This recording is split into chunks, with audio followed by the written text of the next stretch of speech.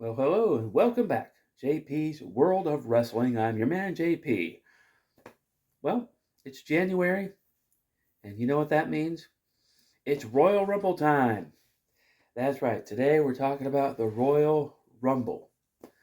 The Royal Rumble, I have to say, is my all time favorite WWF pay per view. And I just always like the Royal Rumble. And I think it's because of the Royal Rumble match. You start with two guys, and then after every minute or 2 minutes or so, a new guy would come down and join the match. And it was always just exciting because who's coming out next? We don't know. And it was just really fun. It was a really fun event. I always really, really, really loved it. Really loved watching it. And I have these Royal Rumble anthology sets. I have all four of them. And then I have like some other Royal Rumbles on DVD, like after the anthology ends. I have later ones.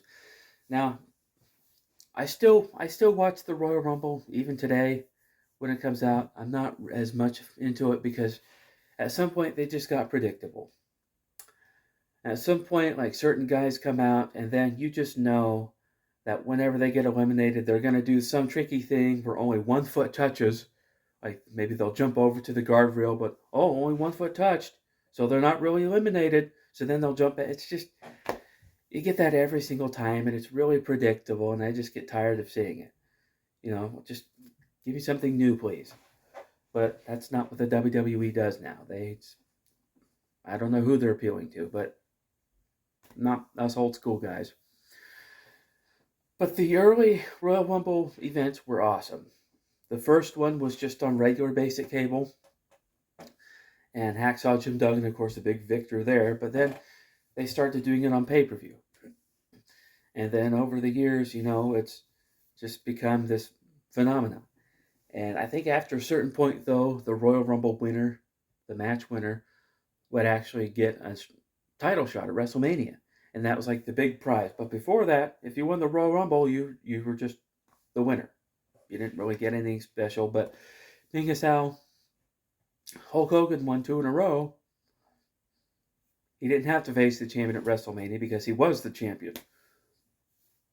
So, and then I remember the 1990 Royal Rumble. I don't think we really saw it live, but I remember where I was when I saw it the first time. I was in California, and it was it wouldn't have been live, but it was the summertime.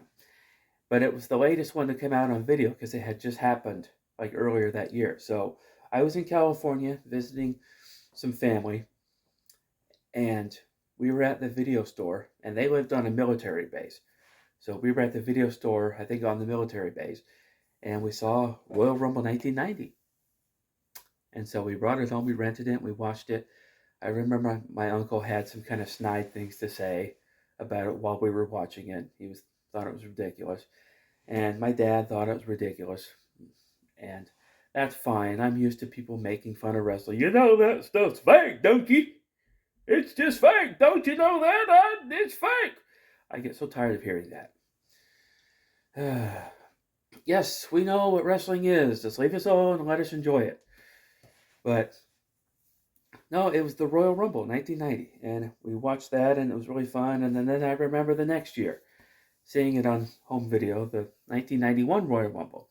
I remember watching it because I remember specifically because there were a couple guys.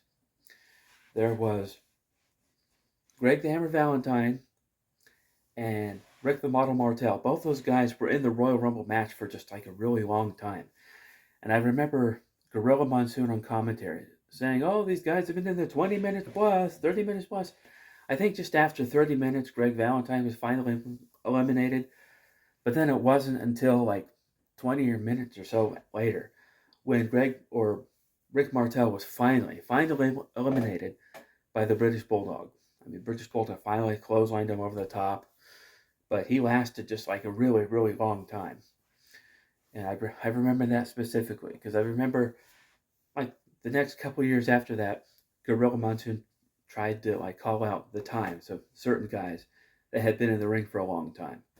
Because I think like the year after that, like Bob Backlund was in for a really long time, and then I think year after that, like Ric Flair was in. Well, actually, '93, Bob Backlund was in for a long time. '92, Ric Flair was in for a long time because '92, of course, Ric Flair ended up winning it because in '92, which a lot of people say is the greatest Rumble ever, which it could be. I don't know. It was pretty good, but Ric Flair won that, and I remember the story was that the WWF title was vacant because there was a match between Hulk Hogan and Undertaker where Undertaker won the title, but there was some shenanigans that went on with Ric Flair interfering. So Jack Tunney, the president, said, "Okay, we're gonna have a rematch at this Tuesday in Texas," because that match happened at Survivor Series. So now we're this Tuesday in Texas.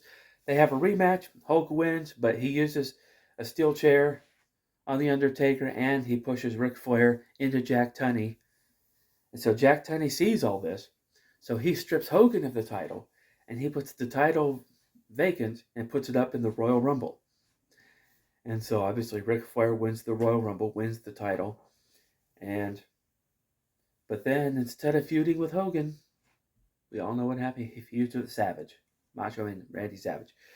But this is really just about the Royal Rumble. '93 is when Yokozuna won, but '93 I think was really the first year when the winner of the Royal Rumble match got to go face the champion at WrestleMania.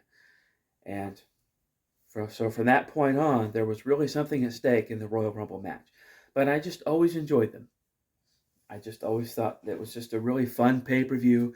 It was always enjoyable to watch, and I always had a good time watching it, especially when the home video would come out. So, what about you? What are your memories of the Royal Rumble? Did you like the Royal Rumble? Was it your favorite pay-per-view? Was it your least favorite pay-per-view? What was it about it that you didn't like? So let me know in the comments. So if you're new here, go ahead and like and subscribe, and I will see you next time.